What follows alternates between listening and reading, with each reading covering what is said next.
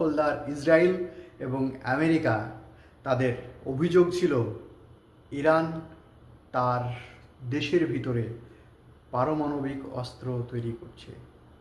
আপনাদের বলে রাখি, পারমাণবিক অস্ত্র কোন দেশ বানাতে পারবে, কোন দেশ বানাতে পারবে না ইত্যাদি বিষয়গুলো সম্পূর্ণটাই জাতিসংঘের বিষয়। তাহলে এখানে জাতিসংঘ ইন্টারফেয়ার না করে ইসরায়েল কেন ইন্টারফেয়ার করছে? এটাই হচ্ছে সবচাইতে বড় প্রশ্ন। যার ভিতরে, অর্থাৎ যার মনের ভিতরে দুর্বলতা থাকে, তার ভয় লাগাটাই স্বাভাবিক।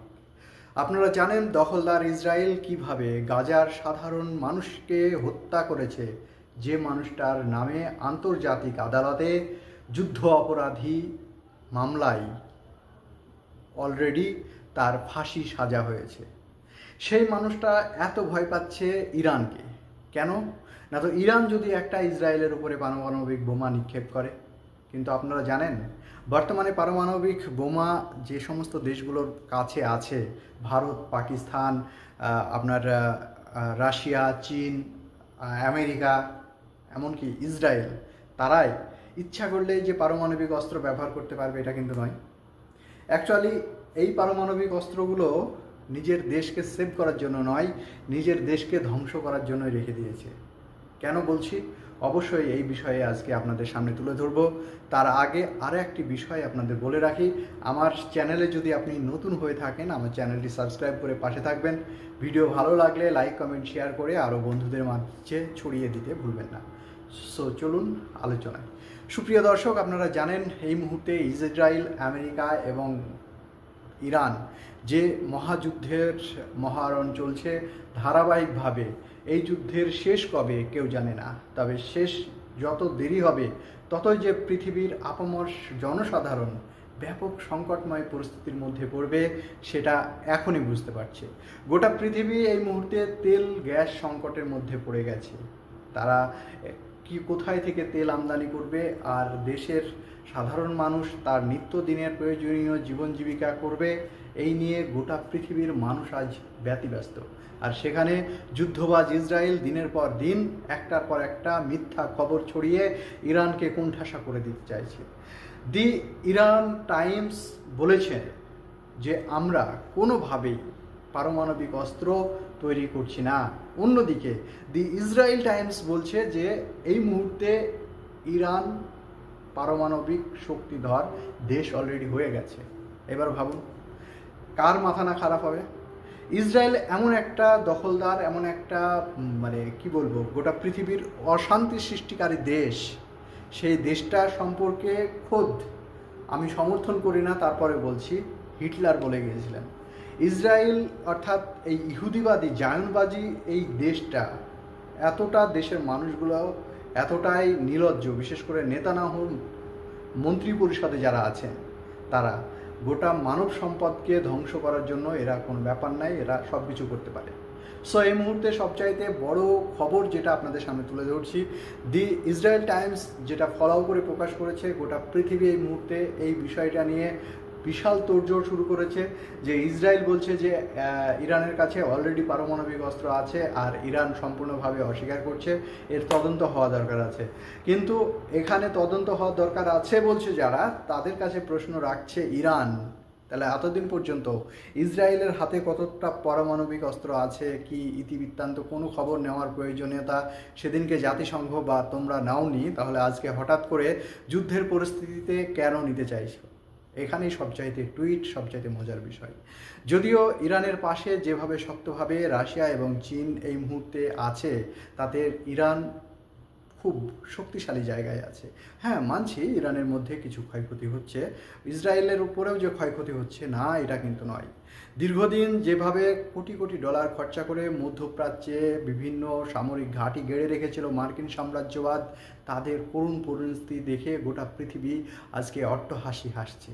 কি প্রয়োজন ছিল এই সমস্ত কোটি কোটি টাকা খরচা করে মার্কিন সেনাবাহিনী যুদ্ধ জাহাজ মোতায়েন করে সেই দেশের উপরে দখলদারি চালিয়ে ইরানকে কোণঠাসা করে রাখতে? ইরান তো আলটিমেটলি কোণঠাসা হয়নি। ইরানের অভ্যন্তরে যেভাবে তাদের নিজস্ব বিজ্ঞানী নিজস্ব প্রযুক্তি কাজে লাগিয়ে আজকে ইউরেনিয়াম তারা সংরক্ষণ করতে করতে এমন একটা পজিশনে নিয়ে গেছে, তারা যে কোনো সময়তেই 10 থেকে 15টা ওয়ারহেড বানিয়ে ফেলতে পারে।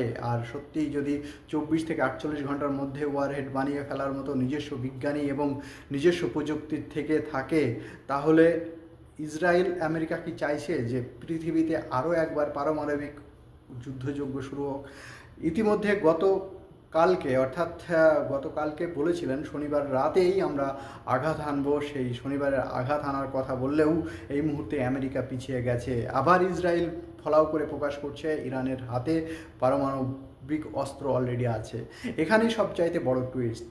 যুদ্ধের পরিস্থিতি কোন দিকে যাবে সেটাই এখন সাধারণ মানুষ বুঝে উঠতে পারছে না। তবে একটা কথা বলে রাখা ভালো, ইরান 1 ইঞ্চিও ছেড়ে কথা বলছে না, সেটা গোটা পৃথিবী এই মুহূর্তে দেখতে পাচ্ছে। ইরানের একটাই কথা, আমাদের সর্বোচ্চ নেতা আয়াতুল্লাহ আলী খামেনিকে যখন হত্যা করতে পেরেছে আমেরিকা এবং দখলদার ইসরায়েল, তখন আমাদের হারানোর কোনো কিছু নয়। এমনিতেই এই ইরানের সর্বোচ্চ নেতার যে কালচার, যে সর্বোচ্চ নেতা আয়াতুল্লাহ আলী খামেনির যে ট্র্যাডিশন এতদিন পর্যন্ত চলে আসছে, তারা ইসলামের জন্য মরতে গিয়ে একবারও ভাবে না। তারা শহীদের মর্যাদা পেতে সবসময় যুদ্ধের জন্য ফাঁপিয়ে থাকে, মুখিয়ে থাকে।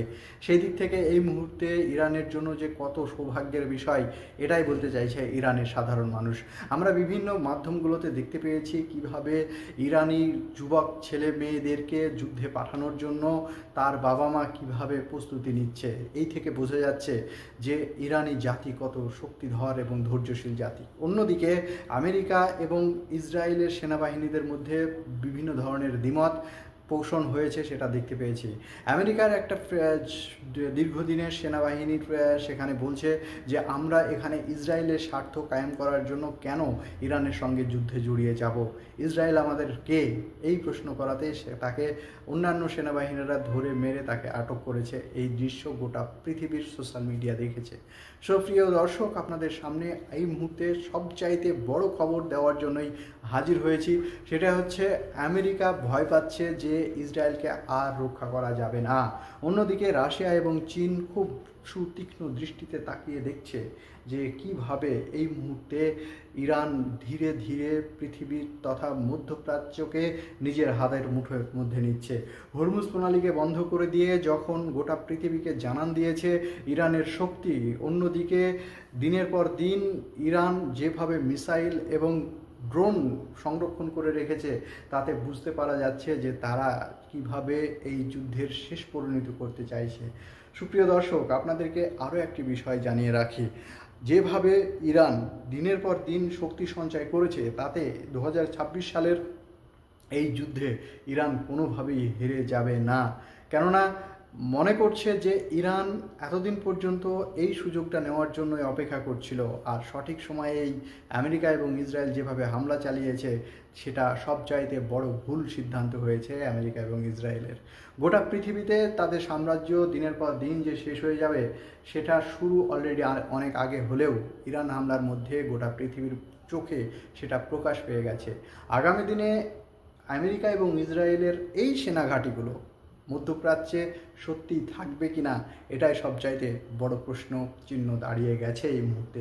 যুদ্ধের উত্তাপ কয়েক গুণ বাড়িয়ে এই মুহূর্তে যেভাবে পারমাণবিক অস্ত্রের কথা উল্লেখ করেছে ইসরায়েল, তাতে অনেকে আশঙ্কা করছে হয়তোবা ইরানের উপরে কি এবার পারমাণবিক অস্ত্র নিক্ষেপ করতে পারে। এই আশঙ্কা একেবারেই উড়িয়ে দিচ্ছে না। সুপ্রিয় দর্শক, এটা কিন্তু অনেকটা খুব গুরুত্বপূর্ণ পয়েন্ট যে ইসরায়েল যখন বলছে যে দি ইসরায়েল টাইমসের মতো পেপারে যখন তারা লিখছে, তার মানে আগামী দিনে খুব অল্প দিনের মধ্যেই যে পারমাণবিক অস্ত্র নিক্ষেপ করতে পারে, ছোটোখাটো একটা অস্ত্র নিক্ষেপ করতে পারে ইরানের মাটিতে, এটা কিন্তু একেবারেই এই আশঙ্কা উড়িয়ে দেওয়া যাচ্ছে না। তবে পারমাণবিক অস্ত্র যদি সত্যি ইরানের উপরে ইসরায়েল নিক্ষেপ করে, তাহলে আন্তর্জাতিক নিয়ম লঙ্ঘন এবং এই অনিয়মের কারণে গোটা পৃথিবীতে যে অস্থির পরিস্থিতি তৈরি হবে, তার জন্য দায়ী ইসরায়েল আমেরিকা থাকলেই যে তারা গোটা পৃথিবীকে পুনরায় শান্তি স্থাপন করতে পারবে এর নিশ্চয়তা তাদের কাছে নেই। অতএব আপনারা জেনে রাখুন, এই মুহূর্তে যদি ইসরায়েল সত্যিই যদি পারমাণবিক অস্ত্র আক্রমণ শুরু করে ইরানের উপরে, তাহলে ইরান যে পাল্টা আক্রমণ করবে না এটা কিন্তু হতেই পারে না। তাই গোটা পৃথিবী আরও একটি ভয়ানক যুদ্ধের দিকেই এগিয়ে যাচ্ছে। তবে আমরা যারা এই মুহূর্তে ভিডিওটা দেখছি, কখনোই আমরা যুদ্ধের পক্ষে নয়, আমরা সবসময় যুদ্ধের বিরোধী। আমরা সবসময় বলি যে যুদ্ধ নয়, শান্তি চাই। ইসরায়েল, আমেরিকা এবং ইরান তারা নিশ্চয় একটা সঠিক সমাধানের মধ্যে দিয়ে এই যুদ্ধের পরিস্থিতি সমাধানের রাস্তা খুঁজে বের করুক এবং গোটা পৃথিবীর মানুষকে শান্তি দিক। সুপ্রিয় দর্শক, শেষ পর্যন্ত থাকার জন্য আপনাকে অসংখ্য ধন্যবাদ। যদি ভিডিওটি ভালো লাগে, আবারও বলছি, আমার চ্যানেলটি সাবস্ক্রাইব করে পাশে থাকবেন, লাইক কমেন্ট শেয়ার করে আরও বন্ধুদের মধ্যে ছড়িয়ে দিতে ভুলবেন না। ধন্যবাদ।